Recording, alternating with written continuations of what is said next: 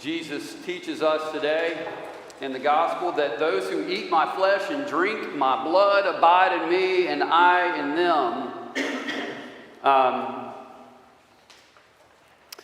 So that's kind of hard to hear, especially like if you're a newcomer to the Christian faith, right, or the Christian scriptures. It sounds really, really weird to think about eating flesh and drinking blood. We're kind of desensitized to that in our tradition. But I believe what Jesus is teaching us in that is the adage that we've heard before, and that is that we are what we eat. It pays to think about in our lives what we are feeding to our bodies and our minds and our spirits. And, you know, my family, who come from other traditions, say that the Episcopal Church is devoid of guilt, and I may drop a little guilt on us today, but know that I am only doing that because I'm preaching as much to myself as I am to you all. But junk food. Here are a few facts about junk food that I found today in a suspect Google search that I did. Junk food alters the brain in a way similar to addictive drugs. Like, you know, the bad foods we eat. This is one that really got me. Eating fast food regularly has the same impact on our livers as does hepatitis. So that's one of those. I don't know if that's true or not, but they say French fries, fried chicken, and onion rings are particularly harmful.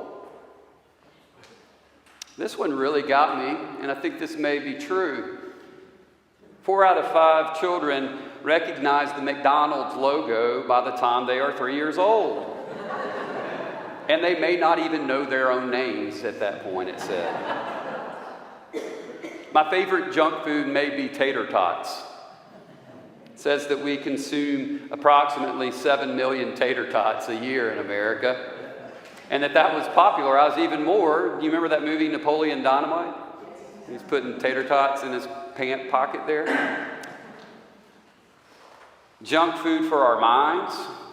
Again, another suspect search says that binge watching things, it makes it easy for us to disconnect from other people. Research proves that. In fact, there's a strong link between the use of digital technologies and, it says, increased loneliness among individuals. It says that people may often feel a sense of melancholy or feelings of frustration, emptiness after watching multiple episodes of TV shows in a row. And then junk food for the spirit. This is anecdotal from my own pastoral experience in my years loving on people who are homebound. When I enter into homes of the homebound, almost, I would say I'm just going to make up a statistic, 97.4% of the time, in the background, there is some sort of sensationalized network news, whether it be Fox News, MSNBC, CNN, and it just seems like it doesn't matter what time of day or night that I come in, it is on, it is the background, and people are stewing in it. The people that are there, they're stewing in it.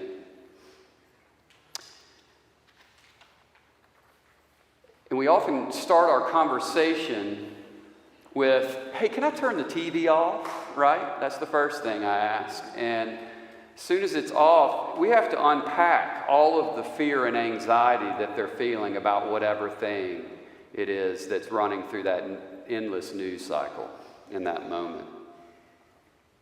How scared they are about this or that. How scared they are of the Democrats, or how scared they are of the Republicans doing or not doing this or that.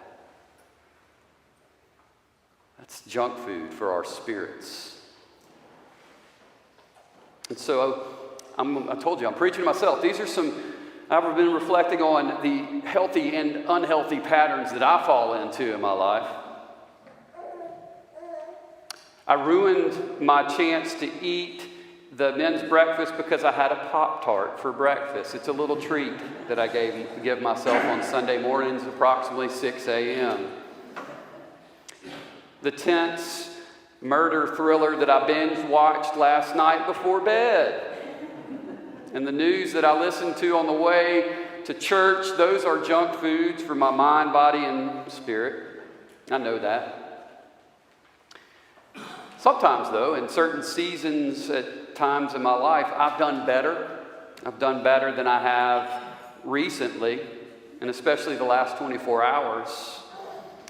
I've done better about feeding my mind, body, and spirit good things. I've gone through long seasons in my life where I've eaten good foods, and I've read many more great books than I've watched television. When I was in a regular pattern of running or hiking or biking, always with yoga anchoring me to my mind and my body and my spirit. And I remember during these phases in my life how clear I was and ready to accept wisdom's invitation that we hear in Proverbs to come and eat my bread, wisdom's bread, and drink of the wine that wisdom has mixed, and lay immaturity aside and live and walk in the way of insight. I can hear that better. I can respond to that better when I feed my mind and my body and my spirit in healthy ways. We are what we eat. We are what we feed our bodies and our minds and our spirits. When Jesus teaches that we are to eat of his flesh and drink of his blood so that we abide in him and him in us, it's an invitation to feed ourselves divine love. It's an invitation to dwell in divine love. It is an invitation to become, on the mind, body, and spirit level, divine love. And divine love has a shape. And of course, it's paradoxical. When I think of what divine love looks like, it's like a glass of water that even as it's emptying itself out, it's being filled. It's a self-emptying kind of love that is filled back with even more love. Divine love in Jesus, it looks like the loss of self for the life of the world. And when we participate in that, and when we dine, if you will, in that, we are filled up, we are nourished, and we are recreated to be vehicles of that love in this world.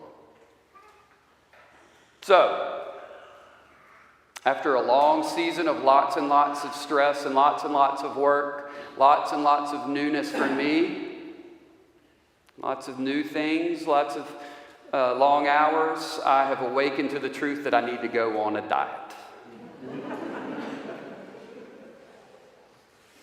I'm going to try to make more room to abide in Jesus and make more room in me for Jesus to abide in me. And I know that the diet I'm called to be on, it's a holistic one. It integrates my mind and my body and my spiritual health. And for me, this looks like eating foods that nourish and fuel my body, not Pop-Tarts if I can help it. It is giving myself the gift of the exercise that I long for and my body needs. And it also looks like that big stack of books that if they had a sign on them, it would say, next books to read. I'm going to crack one or two of those more than I turn on that television set. And I'm going to read and feed my mind and my spirit in that moment. When we get done, Corinne, with this thriller that we're watching, I'm going to think about maybe just watching episodes of Seinfeld. But I wonder what this looks like for you all.